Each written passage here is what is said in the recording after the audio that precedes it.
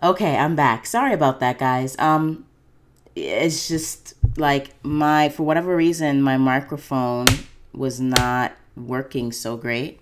And I had to switch to my Yeti mic, which is great. And I'm sorry to be moving the camera around for those of you watching the vlog version. I'm like trying to just figure out my setup right now.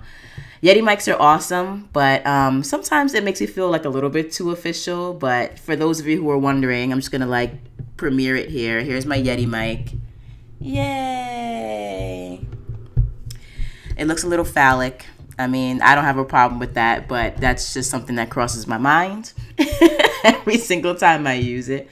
Um, but now we're officially official. So anyway, as I was saying, there are a lot of things that we encounter in life on our journeys that don't necessarily deal directly with our growth as creatives, but do deal directly with our growth as people. And that's always really exciting and cool. And so it's just going to be wonderful to see that dynamic between the two little girls and see what kind of big sister my daughter is going to be. She can be a little bit selfish and self-centered, so I don't know. Hopefully she'll be nice. So anyway, that was like a major event last week that pretty much shook up a lot of my schedule and compressed everything that I was doing in graduate school into like a very limited time frame. So I fell a little bit behind again, but I actually was able to jump back onto my feet and like really rock it out and actually get some writing done, which is really exciting. Anyway, so I'm just going to update you guys on a couple of things. And then I actually want to talk about like a topic that I feel is near and dear to my heart, but might actually be relevant to certain things that you guys are going through.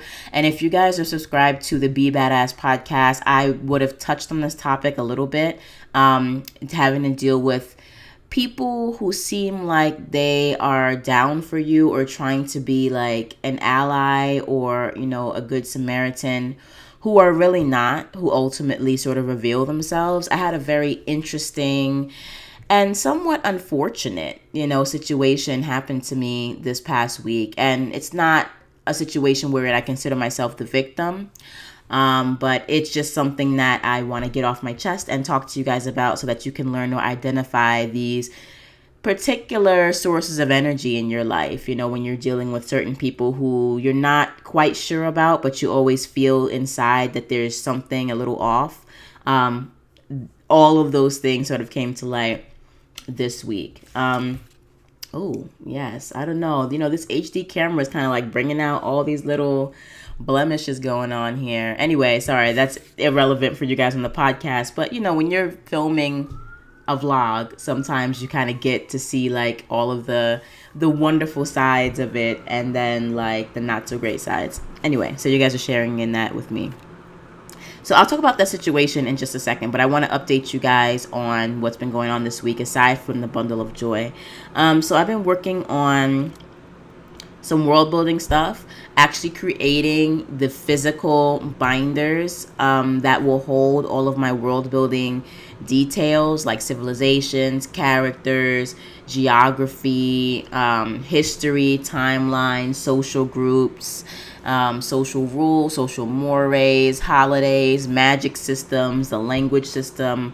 Like I have a lot of these things on my computer and on my cloud, but I really like the physicality of like an actual binder with dividers. So I'm working on that for all of my series, just so I can like keep everything straight and together. And that was pretty fun.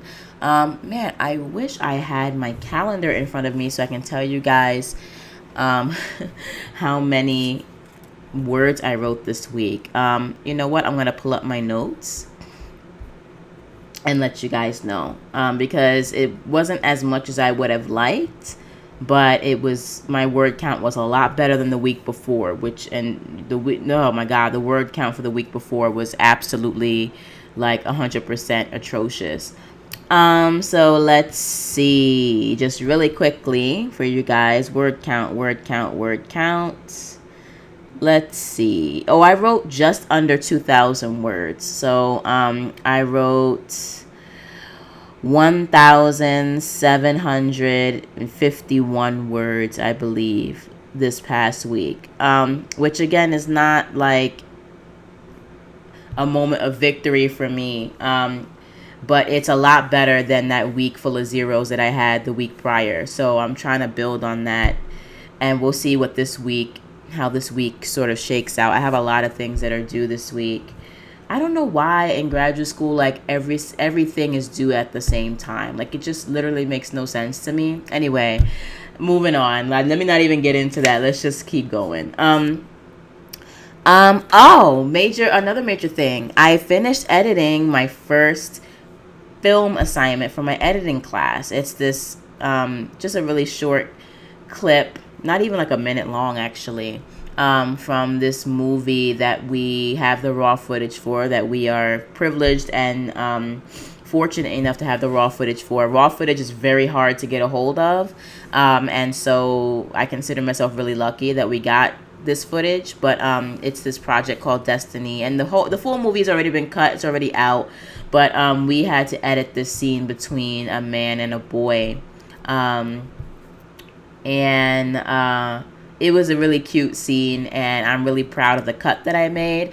And actually, in terms of where we're supposed to be in the class, I'm actually ahead of the class at this point. Not saying I'm better than anybody in the class, but in terms of what we've already covered, like we haven't covered sound mixing or anything like that. I actually mixed a little bit of sound for this cut, so I'm really excited. And I actually just figured out how to do it, I mean, on a very basic level on my own, and so that's really exciting.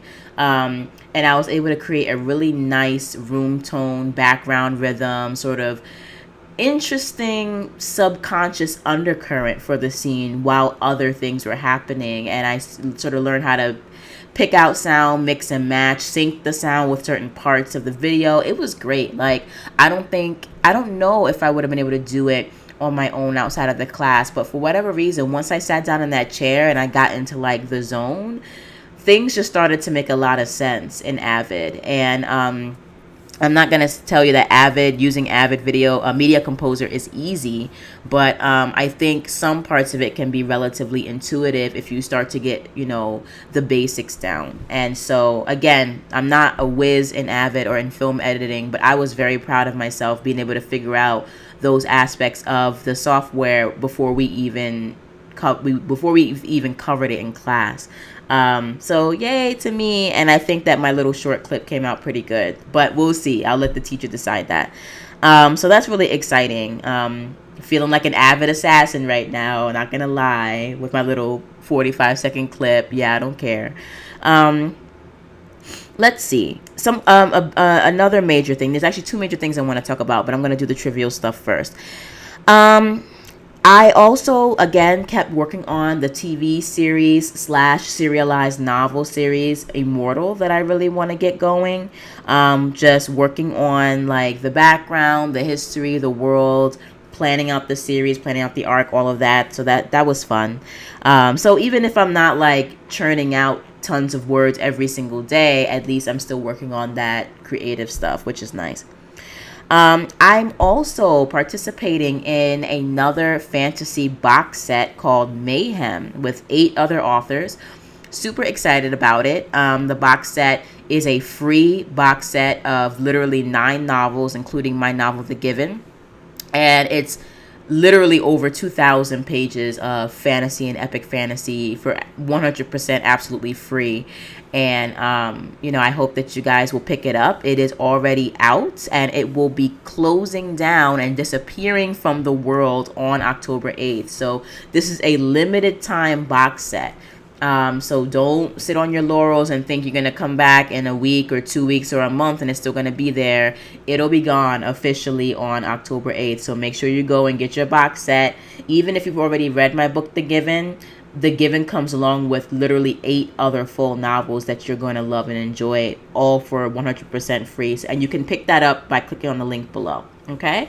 And the box set cover is amazing. I worked together with the organizer of the box set. He created or commissioned the 2D cover, but I created the 3D cover.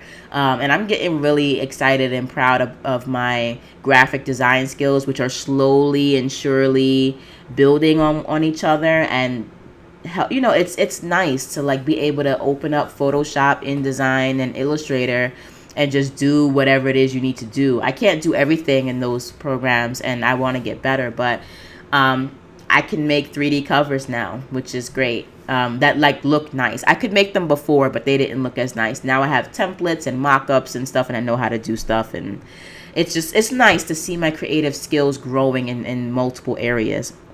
Anyway, so pick up that box set below.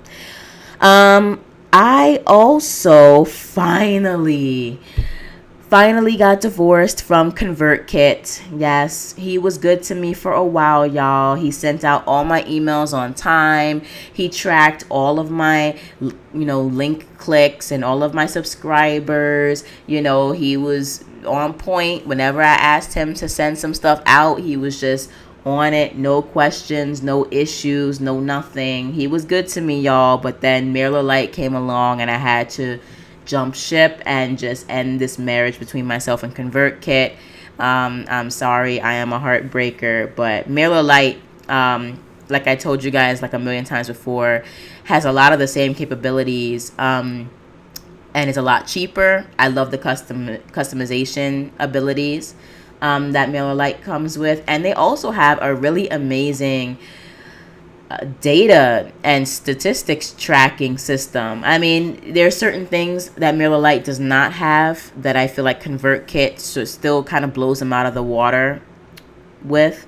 But I literally know who is in my subscriber list and like what country they're from. So y'all, I got like people from 10, 11 different countries on my emailing list opening and reading and enjoying my emails, and it's really great. We've got South Africa there, we have India, we've got the United States, Canada, the UK, we have Ireland, we have Australia, we have a lot of countries in the Middle East. I mean, not like, I'm not getting droves and droves of subscribers from like the Middle East, but I do have some, and that's really great and exciting. So we got a couple from Russia. So, Privyet, if you guys are listening from Russia. I don't think I have any from China yet, so we'll see. So that's really exciting to see all of those different things. And I actually can't wait until Hollow Point comes out and all of my other books start coming out, so I can start tracking to see who's buying my books and where they're buying them. Like, it's really cool to see people purchasing your book internationally. That's really impactful, especially considering the fact that prior to 2009, we didn't have the opportunity to independently publish like professionals and market and sell our books internationally. And now, just with literally some hard work of writing the manuscript, publishing, and pushing a button, I can now sell my book to anyone in the world, pretty much anywhere in the world. And that's really impactful and incredible, so when I start pitching Hollow Point, and when that comes out, and when Rose and John Doe's comes out as well, I'm going to report back to you guys who's buying my book and where they're from, and that's going to be really exciting. Okay. So Mailer Lite is on point. ConvertKit is officially canceled. So hello, savings and customizability, and goodbye, super expensive but very amazing email marketing service.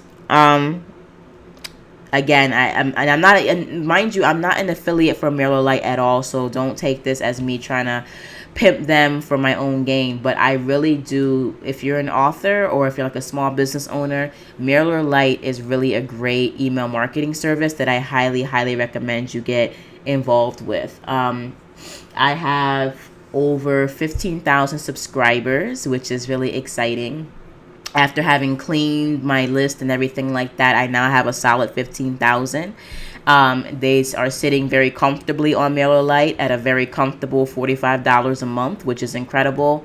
And on top of that, I get a 30% discount on MailerLite services because I have an Insta Freebie account, which is then integrated with my MailerLite email marketing service. So that's incredible. If you're giving away free books, if you're trying to get people onto your subscriber list, and you want to offer a free book in exchange for email, Insta Freebie is a great way to go. And if you're doing that through Insta Freebie and you want to get those emails from Insta Freebie directly onto MailerLite, they have an integration feature where you can connect the two. And once you've connected the two, you will get a 30% discount on MailerLite services because you are working with Insta Freebie. And that is pretty amazing. So hit that up. And the great thing is that offer is not an exclusive offer. Like, you don't have to be just with Insta Freebie to get that discount. You could be with Insta Freebie and BookFunnel and any other book delivery service program, but still get the discount from MailerLite so long as you're connected to them through Insta Freebie. So check that out. Just a nice little tidbit for you authors who are up and coming, even for those of you who are established, who want to start getting on top of not only building a mailing list, but also saving some money. Let's see. Oh, yes. Now we get into the big stuff. So one major announcement and two major topics I'm going to get into. The first major announcement is I just finished an interview with the awesome kick-ass Bill Hargenrader, who is putting together the Space, Science, and Sci-Fi Summit, which basically is a reader and an author summit for those of you guys who are in love with and dedicated to sci-fi, science, or space. And he has some amazing guests, aside from myself, of course. He has some amazing guests on his on that summit who will be appearing during that sort of time frame that the summit is open. There are astronauts on the summit, astrophysicists, sci-fi and fantasy authors, scientists, and anything that has to do with space, science fiction, technology, and just science in general. He has different people in all of those fields coming to talk about what they do and relating what they do to, science fiction. And if you guys are really into sci-fi and finding out a little bit more about the hard science or the lore behind your favorite sci-fi novels, novelists, screenwriters, franchises, etc., this is exactly the summit for you. This is for those of you who love sci-fi. That includes dystopian stuff as well, because a lot of what goes into our science fiction and dystopian lore deals with the potentiality of certain things happening in our world. What happens if, the core of the earth explodes or whatever? What happens if, are there aliens out in space, and like, what's the likelihood of there being life out in space? From all this tech and the science news I've been reading recently, I'm pretty convinced that there is life out there. I've been convinced of that for a while, but now we're getting more hardcore evidence that there is. Like, there actually have been radio signals coming from space recently. And I don't know how long they've been there, but that was in major news. We're discovering new galaxies and all types of stuff. I mean, it's just great. There's also like a new position that opened up at NASA, by the way, which literally deals with like intergalactic ambassadorship. Which is like not exactly the Star Trek level, like that we've seen this alien race and we're trying to like make contact. It's really about dealing with organic materials that come from outer space and how to like manage those materials such that the human race is not directly exposed or contaminated, but it's about just basically managing organic and inorganic materials that are not native to Earth, which is interesting, right? I find that fascinating, and there are a lot of implications to why that new position has been created. I definitely try to go up in there and apply, but I do not have a PhD in physics or quantum physics or like microbiology. So for those of you who do have like an advanced degree and who are qualified, definitely go check out NASA's website. They are hiring for like this intergalactic inorganic and organics manager ambassador person, which is cool. So we might hear about that at the summit. I'm not sure, but long story short, or long story long, this summit is something you definitely want to be a part of. I definitely will be not only featured at the summit, but I will be giving free copies of my novel away at the summit, and so will other authors and other speakers and guest speakers. They will be giving away like little wonderful bonuses and door prizes and novels and just a whole bunch of things like that essentially are a sci-fi nerd's delight and a science nerd's delight. So you definitely want to show up for this. And I'll put the link to the actual summit below. It's free to sign up, but if you want to have lifetime access to the entire summit and to all of the interviews, information, and opt-ins, you can feel free to buy a VIP ticket and you will have lifetime access, and it's well worth it, in my opinion. The reason why, too, one of the biggest reasons why it's well worth it is that we have the fantastic Andy Weir, who is the author of The Martian, which literally blew up the internet, blew up the publishing world with its success. If you guys haven't heard of The Martian, then I'm questioning your dedication to science fiction. But not only did it start off as sort of like a series of blog entries that eventually became a novel, but it also became a really great, I believe, Oscar-nominated movie starring Matt Damon, which was supposedly well done. I haven't seen the movie yet because I want to read the book first. But Andy Weir, the creator and the writer of that novel and of the blog that started this entire franchise, will be the featured speaker at the Space, Science, and Sci-Fi Summit. So definitely come and check it out so you can hear from literally like this amazing phenom. I'm definitely going to be interested to look at his interview and to see what he has going on. So join us there. We're super excited. And the exact dates will be coming to you guys. But until then, you can feel free again to sign up for notifications and for your free ticket just below in the podcast and vlog notes. Okay. So that was the major announcement. And so two big things, sort of like two major realizations that I've had recently. I've been really thinking about the relationship between graduate school, my creative path, and motherhood. Oh, excuse me. Sorry.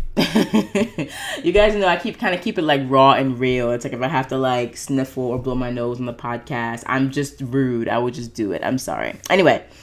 And the entire interruption to my schedule due to the bundle of joy that we encountered last week really made me take a major step back and think about motherhood, not in the sense that I want another child, but more so in the sense of how it fits into my graduate school career. And I realized that I really, really need to scale back. Like, I have to build as much flexibility into my schedule, as much space and as much self-care into my schedule as I literally possibly can. I also need to build space, and I have that space, but I want to build in more space to just kind of exist and just be a mom without worrying about all the other things that I have to do. Like, I just want days where I'm just hanging out with my daughter, and that's all that I'm sort of focused on mentally. You know, like me and my daughter have some wonderful, times out. Like, we'll go get ice cream, we'll go do a whole bunch of other stuff, like just do a bunch of things.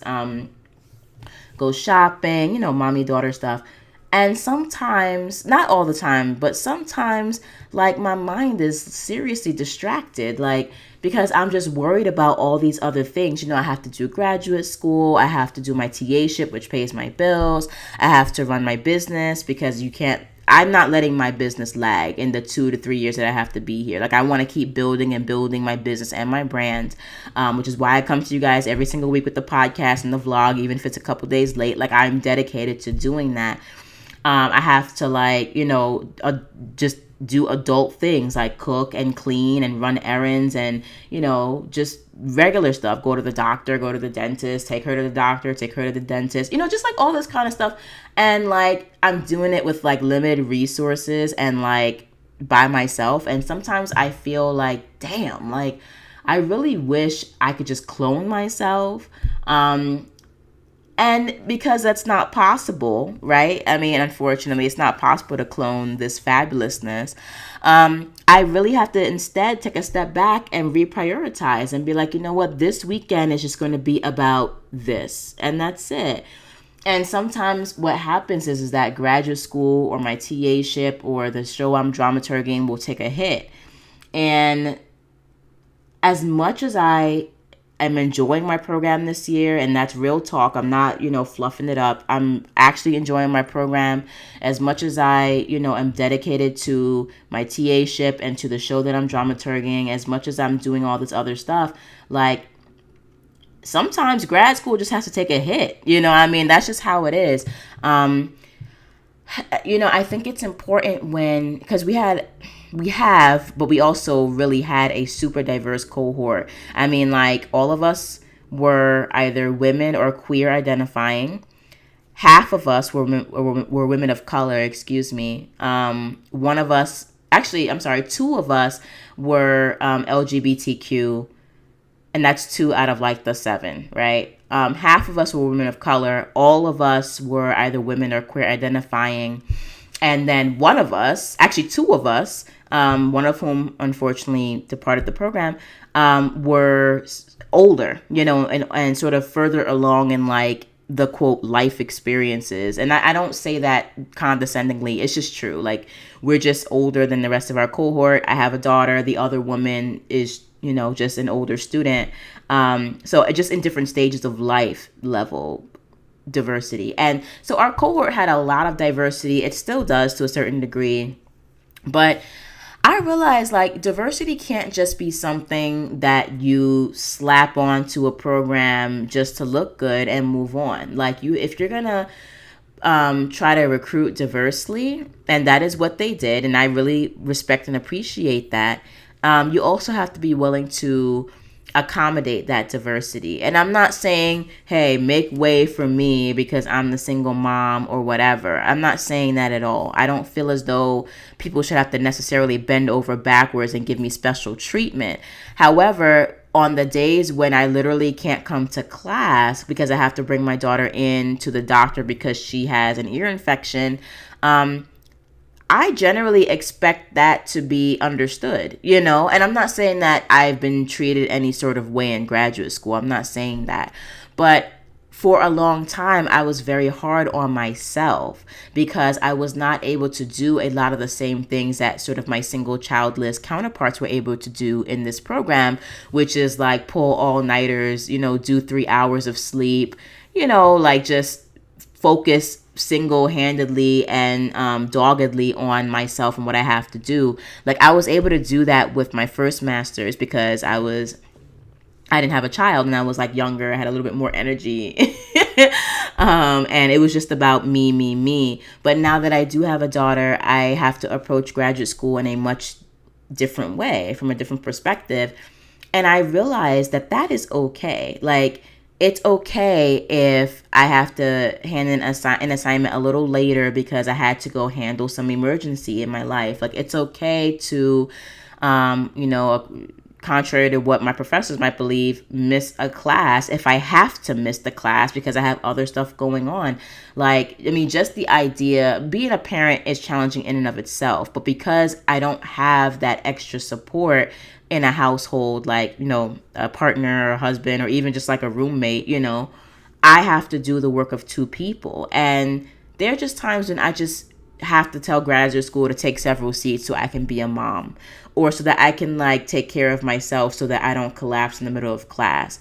And I realized that is really, really okay. And so this past week, I've really have been changing my relationship to graduate school and to life, and making the way I approach life a lot more compatible with the unchangeable fact that I am a mother, and a single mother at that.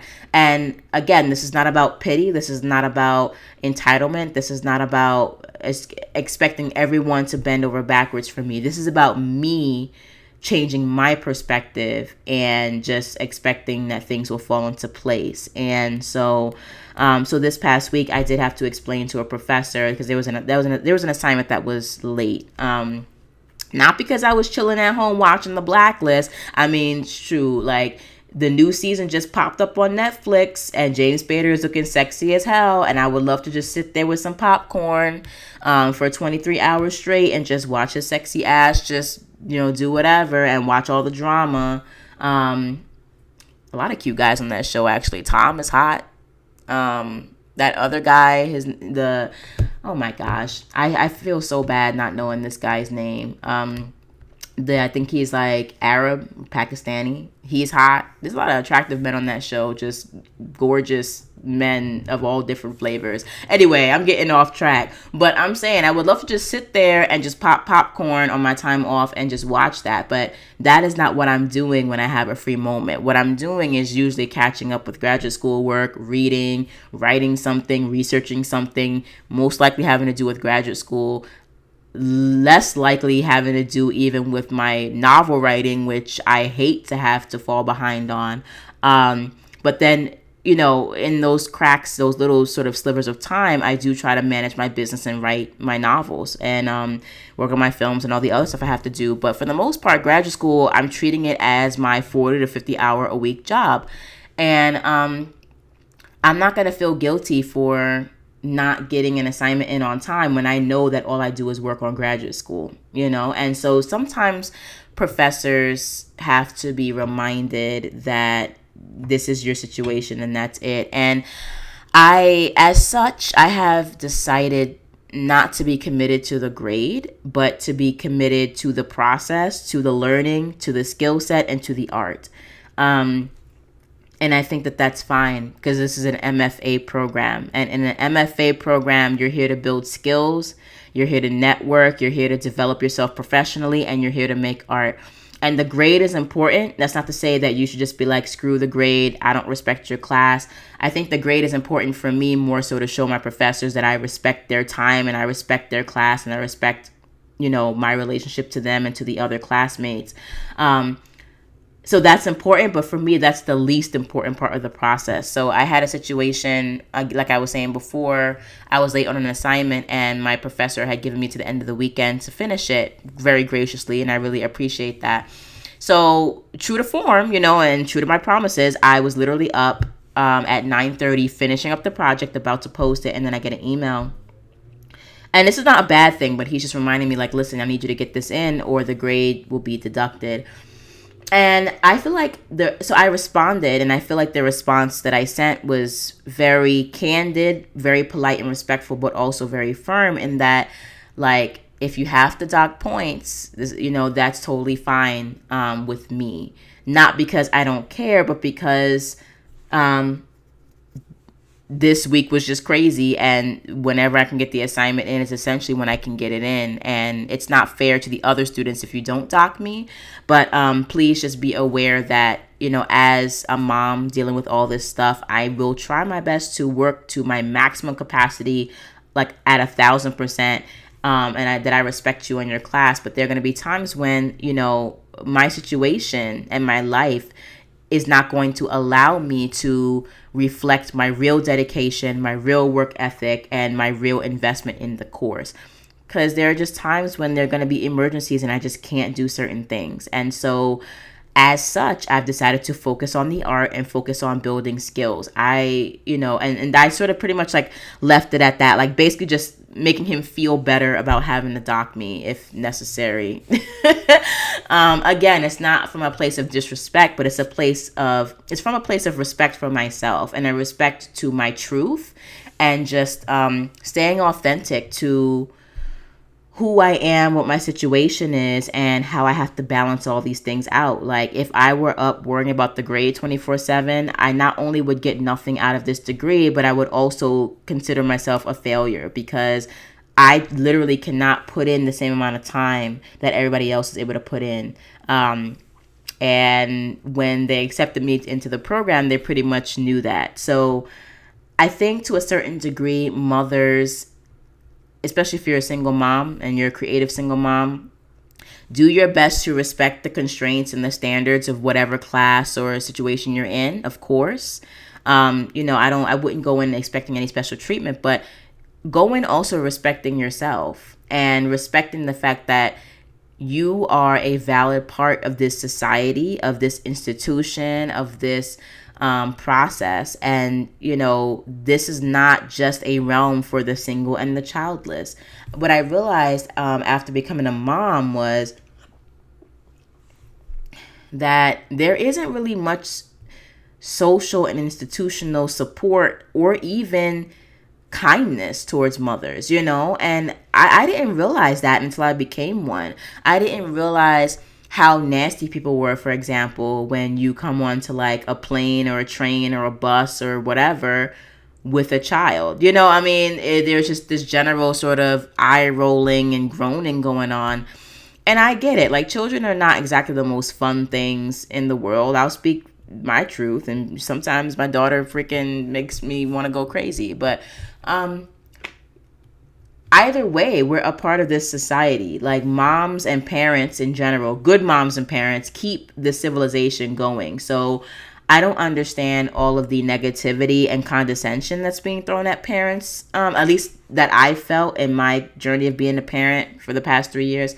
And I've gotten a lot of condescension. I've gotten a lot of attitude from people just for like existing. And this is very strange to me because most of us are parents. So I don't understand why society is so hostile on both a social and institutional level to what is supposed to be a really important part of society. I mean, I don't think that if you don't have a child that you're not important, but I feel like the childless and the ones with children should be treated on equal footing.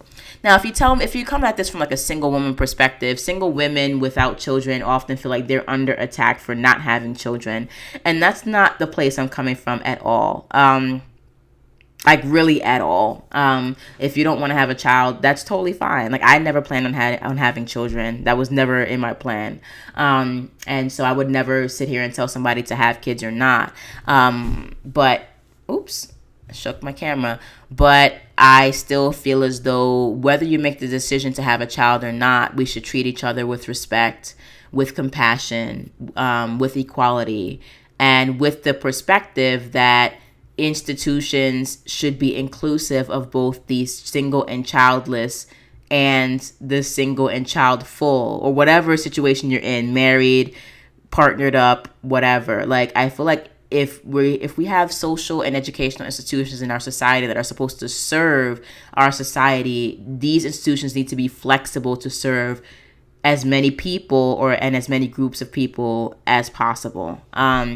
So I'm not going to be here feeling ashamed or feeling bad about the fact that I'm a mom, because I don't feel bad about it. I love my daughter. She's incredible. She is my world and my light. And I'm not going to sit here and apologize for the fact that I have to take care of her. Because if I didn't, you'd be criticizing me. So sometimes moms really can't win in this society. Or women in general really can't win in this society, but that's a whole different podcast. So I say all that to say that if there is no room for motherhood in the society or whatever, I'm making room. And if you have an attitude about it, too damn bad, because I'm here, we're all here, and we're not going anywhere. So that's sort of my attitude when it comes to graduate school, thinking about really trying to include my motherhood along with my career path and my education, and not shamefully shove it aside into like a closet somewhere and pretend that it's not affecting my life, because it is, and it's a part of my life. And so in addition to changing my perspective, what I also did was I changed up my graduate plan. In my graduate plan, I had all these extra classes, and I had all these extra languages. I still want to take Russian, but I might do it in a different context. But I had all this extra stuff because I used to do that in my other graduate program when, again, I was single and childless. And this time it ain't working. No, boo, I can't. I'm too tired. I got too much stuff to do. And there's a little bit too much at stake in terms of I could take some of these classes after I graduate and not have these classes affect my grade. You know what I'm saying? So what I actually did was I actually cut a lot of pretty much all the extra classes out of my grad plan. so that I'm just doing exactly what I need to do to graduate from this program. And that's pretty much it. So I cut like two or three extra classes for next semester and next year. I cut Russian, even though I still have the books. I still want to finish studying it. And I also decided I am not dramaturging another production at ART or at the studio series at the University of Arizona. I think I've had, like, at this point, my fill. Like, once this semester is over, I will be very relieved because, being a dramaturg on a production can be very stressful, especially if you're sort of operating semi-externally to the process. It's basically just you hitting a bunch of deadlines, and just these deadlines alongside of my coursework is just like, I'm just like not featuring that right now. I'm just like not feeling it. It's just like a lot going on, and I just don't want to have to do this again. I feel like having dramaturged a musical and a small sort of guerrilla theater studio series is sufficient. And like I told you guys a few episodes ago, in my in my dramaturg in the classic play class, I will be creating a classical protocol for Titus Andronicus, which is a Shakespeare play. So at the end of this, even though I've only dramaturged 2 productions, I'll have 3 protocols for 3 different types of productions: a musical, a classical Shakespearean work, and a small guerrilla theater studio project.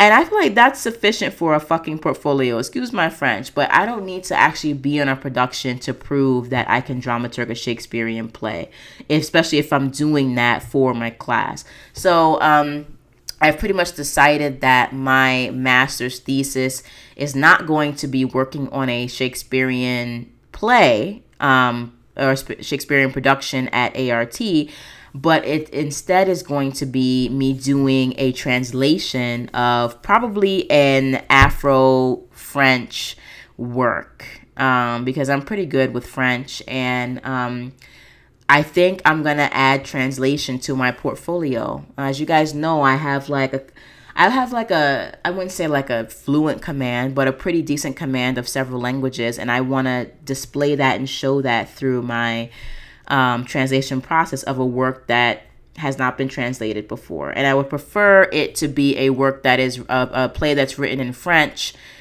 specifically by a Black French playwright. So that's going to be my goal.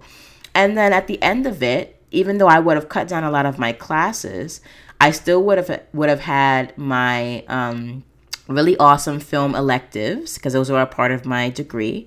Hopefully, I will be able to add combat for the stage to that if I get into it next year. And then I'll have 4 major pieces of work.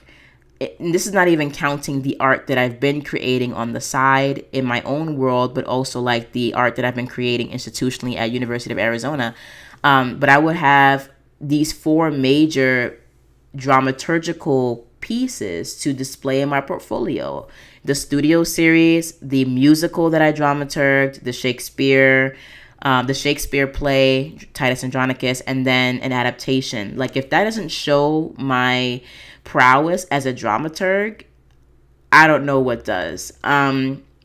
So that's what I'm gonna do. Bare minimum, which is not really that bare and not really that minimum anyway. And I just realized I needed to just be like a little less extra, so that I could just breathe and build that flexibility into my schedule, so I can like be more on point for myself, for my daughter, and just like for my self-care. So those were my conclusions. But the big thing I wanted to talk about, and this is only going to take a few minutes. Damn, it's like these podcasts always take a long time, and I'm always just beat at the end of them. But I need to do it because this is like a part of what I do. Let's talk really briefly about sort of silent haters. I hate saying haters because it sounds so high school, right? It just sounds like ridiculously self-centered, but there's a situation that popped up that I really there was no other way to interpret this. And I'm going to be as vague as possible to avoid incriminating anybody, because I'm really not trying to be vindictive or take, get anyone in trouble, but I do need to talk about this situation.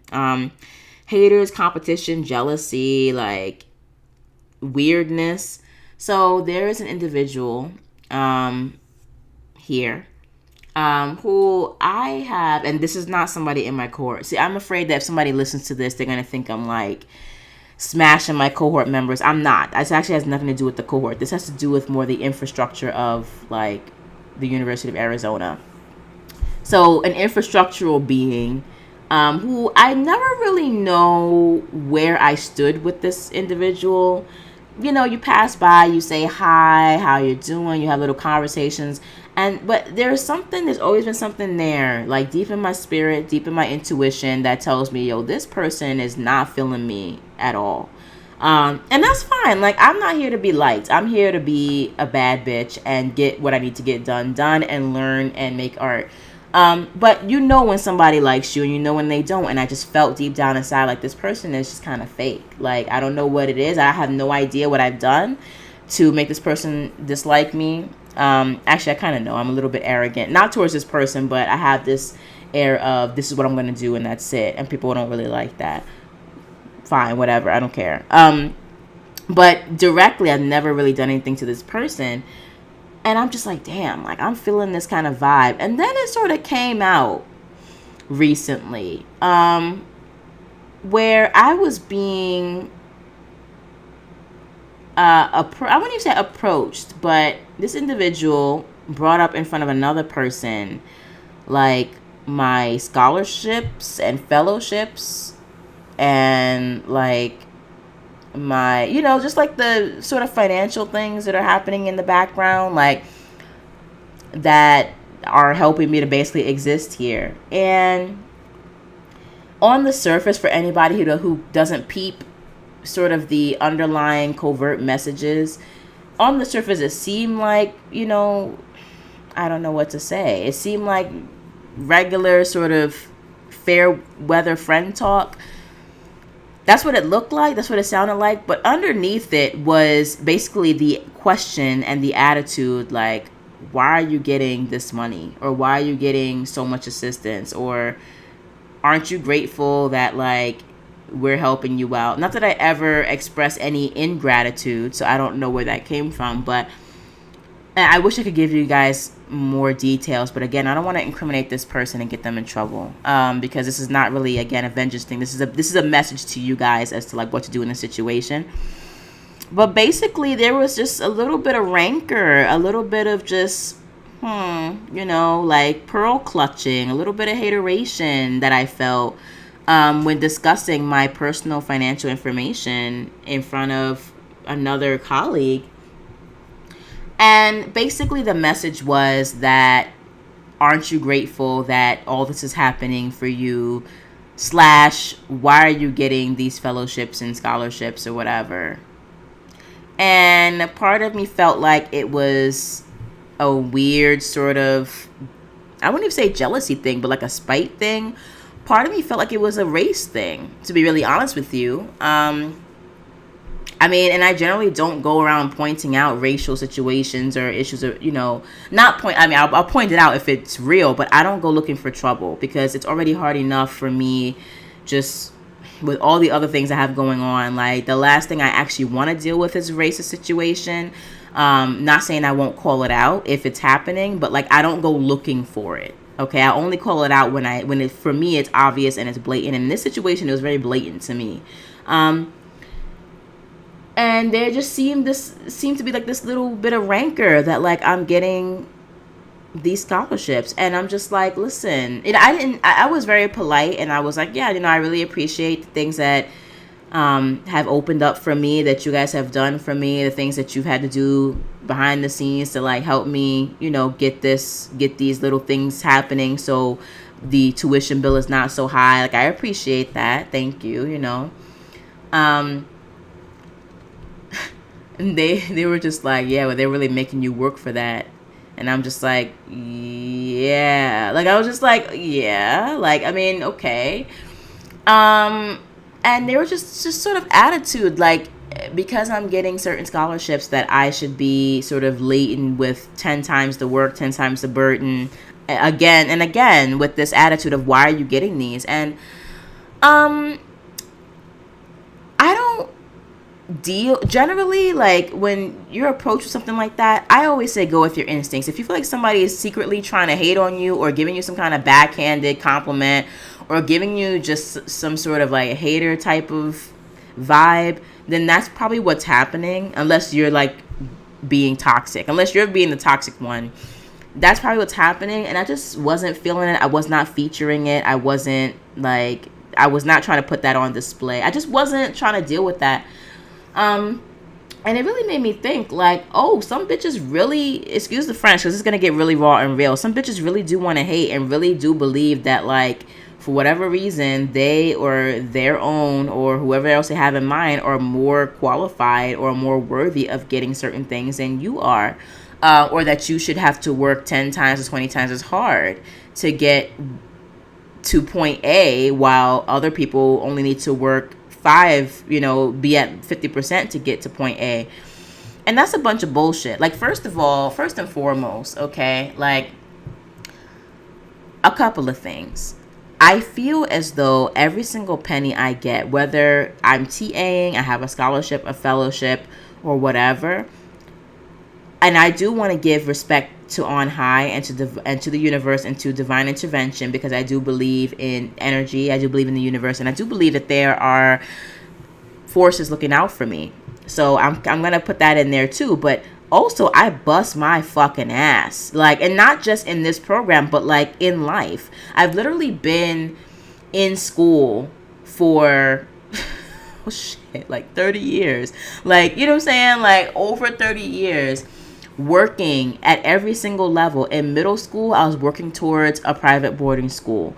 In private boarding school, I was working towards my, bougie, liberal arts college.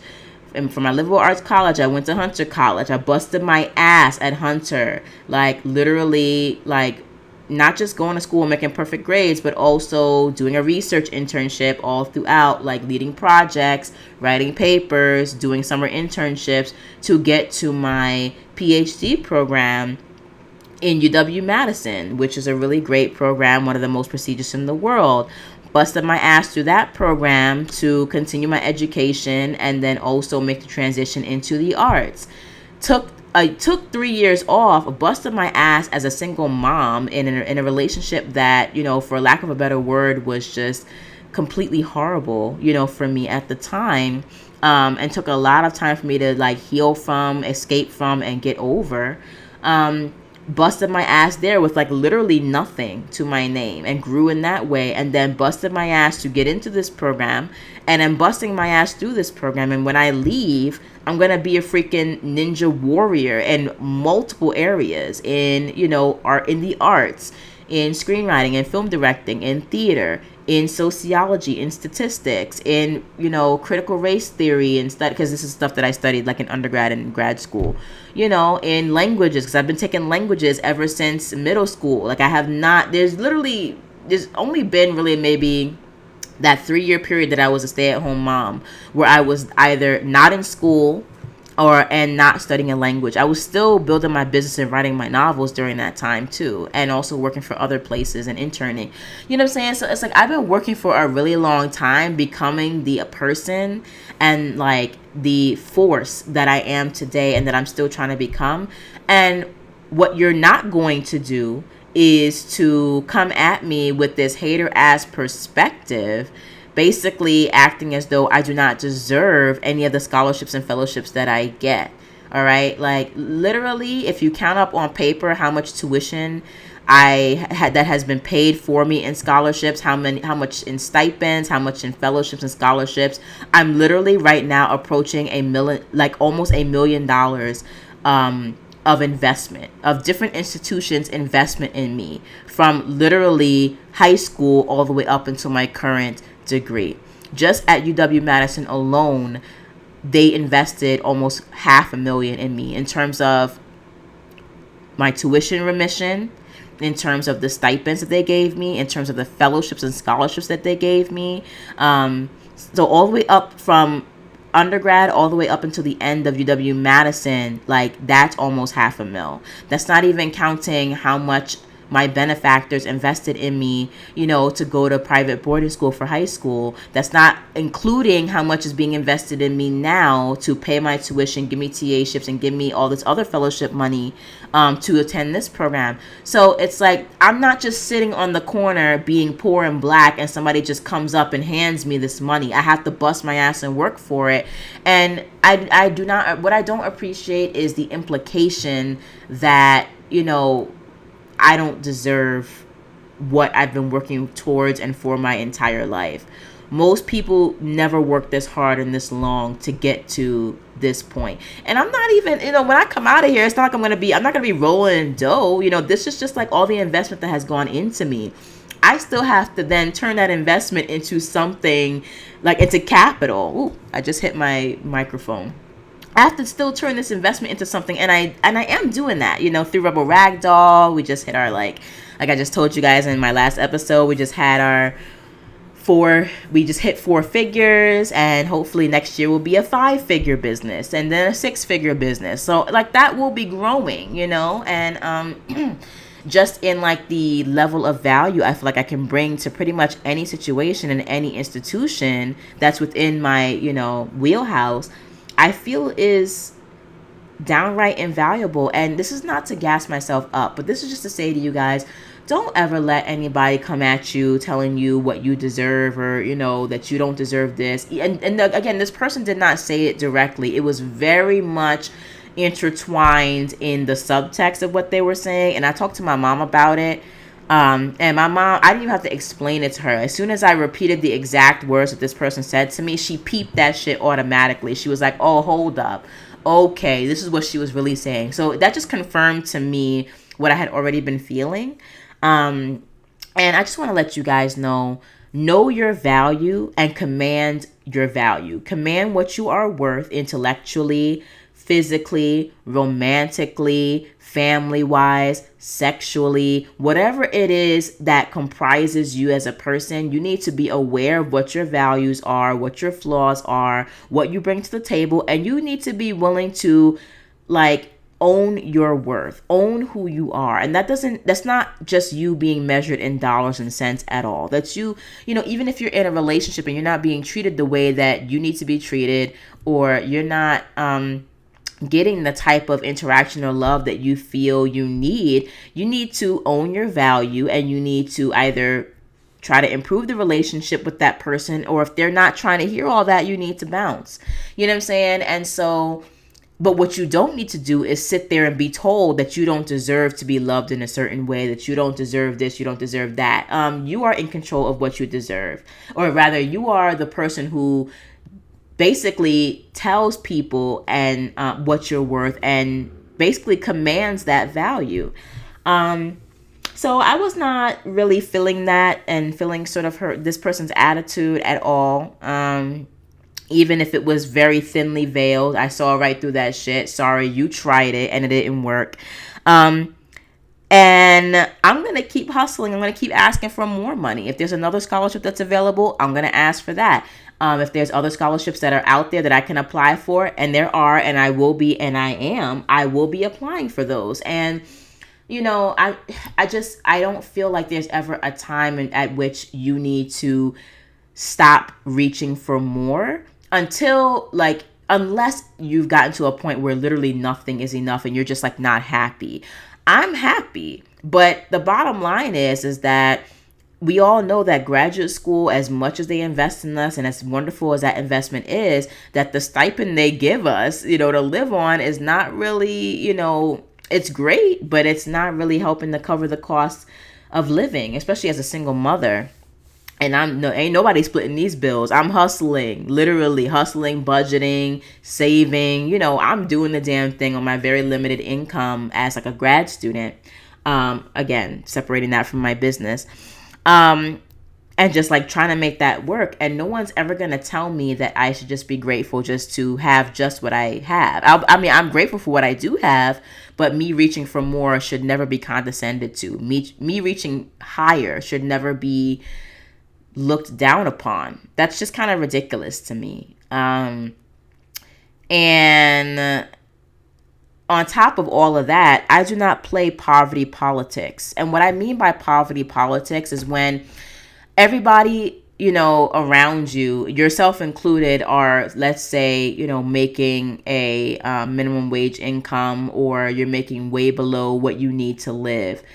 And instead of encouraging each other to literally go at the system and, demand what it is you're worth, or apply for whatever it is you're worth, or hustle to get whatever it is you feel you need to get, they will, instead of doing that, they will instead try to convince you that you should be grateful to be on your below poverty line salary. And why are you applying for more? Why are you doing more? And furthermore, why are you competing with me for resources? Like, no, bitch, I'm sorry, but like, I majored in sociology way too long for that bullshit. We also live in a capitalist society. We literally live in the richest country in the world. Well, one of the richest countries, excuse me, not the richest country. I think we're actually number 4. I'm pretty sure Saudi Arabia and China are kicking our asses on that. So let me check myself. Let me drag myself for being incorrect. We live in one of the richest countries in the world, where most of the wealth is held by a very small percentage of people, and the wealth gap between the rich and the poor is widening. The middle class is consistently getting shat on. And what we're supposed to do is turn and look at each other and fight each other for resources. No, I'm not doing that trailer park bullshit. I'm not doing that ghetto bullshit, because that mentality of fighting the people next to you for resources, limited resources, that's straight up from the trailer park and straight up from the ghetto. That, again, is what I call poverty politics. And I don't play those politics. I go after the people with money. And I don't mean looking for sugar daddies. Although if you're a sugar daddy looking at this and you think I'm cute and you want to help me out, that's cool too. You could do that. You know how to contact me. My contact information is below. I am fully available and ready. Anyway, so no, but what I mean for real about going after the people with money is, if the University of Arizona has a couple, like literally, I think they have like a few $100 million in their endowment, scholarships galore, just resources upon resources. Instead of looking at my cohort members or the administrative staff or whoever and competing with them and telling them to like accept where they are and what they're getting, I would encourage all of us to go after that damn money. You know what I'm saying? Wherever the money is, wherever it's sitting, go after it. And don't be afraid of asking for more. Don't be afraid of asking for more in a country that literally is sitting on trillions of dollars of income. All right. But will continue to try to convince you that you don't deserve it because you either weren't born into it, or you supposedly, according to them, didn't work hard enough for it, which is bullshit. Or, it's theirs and you can't have it. Therefore, we end up turning on each other and like fighting each other. And this is something I'm seeing too, especially between, poor whites, poor blacks, poor Hispanics, poor Asians, all the racial tensions and the economic tensions. Literally, it's just a bunch of, it's real. These tensions are real, but ultimately it's just a bullshit ploy it's the wool that's pulled over our eyes, basically, to distract us from the fact that 1% of the country owns most of the wealth, and that they should be trickling down or paying taxes or something, like, if giving back or whatever. Like, I'm not saying just throw millions of dollars at us, but like, you're a citizen here. Why do you own all the wealth when everybody else is working 40 to 70 hours a week to barely supporting their families? Like, so this individual, in my opinion, was definitely on some trailer park trash thinking, some ghetto poverty politics thinking, and I just swerved around that bullshit with the finest fucking like U-turn and lane change that you've ever seen, just metaphorically, and I kept it moving. And that's basically how I roll. I don't believe in hating on somebody else who's in a similar boat to me because they're getting more scholarship money or they're hustling for it or they've earned it, when in fact we all should be going at the system, demanding what we are worth. Don't be mad at me because I stand up for myself and I advocate for myself. And when there's money available, I'm like, yo, what's up with that? What's up with those coins, with those ducats? Like, pass them over here. I'm worth it. And if you don't think I'm worth it, I'm going to find somebody else who does. And you can't be mad at me because ultimately, if you think about the spirit of our country, like that's essentially what the spirit of the country is, to hustle. I mean, mind you, the game is rigged. I'm not going to front on that. So if you fail, it's probably not your fault. It's probably not because you're not working. It's probably because just the game is rigged. But you do have to work hard. You know what I'm saying? Like, I mean, in any context, and you do have to like hustle and move forward. And you're not going to be mad at me for looking at the society that I'm living in this capitalist rigged ass society, and finding a way to freaking swerve around all the bullshit like Superman. I am literally Superwoman to the bullshit. Give me my money. If you don't have my money, show me who does, and I'm gonna hustle, I'm gonna charm, I'm gonna work, I'm gonna bust my ass to get it, and then don't be mad when I actually get the ducats and the ducats and the coins and those bills in my pocket. You want those same opportunities, apply for them. And I'm sorry, I'm not just getting stuff because I'm African American. As much as people want to think that we just get everything, we have to literally be the best of the best of the best to get these scholarships. And for every Black person who gets scholarships like this, there are literally thousands of Blacks who do not. And that's a whole nother historical, institutional racist conversation that we need to have, but just not today on this podcast.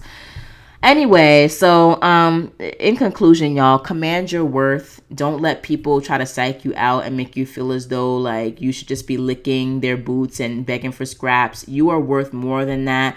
And I say this to everybody, but I say this specifically to women and to people of color and to the LGBTQ community and to other disenfranchised communities who are constantly told that they should just be happy for what they have.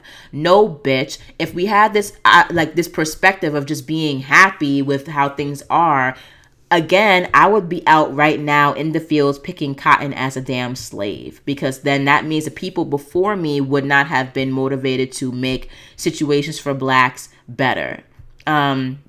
And I mean, honestly, to be really real, if like our founding fathers had that attitude, we would still be a British colony. So like, I don't want to, people want to tell you to sit down and be quiet when it's convenient for them, when it means that you're not going to be their competition or whatever it is, to get their resources or to share resources.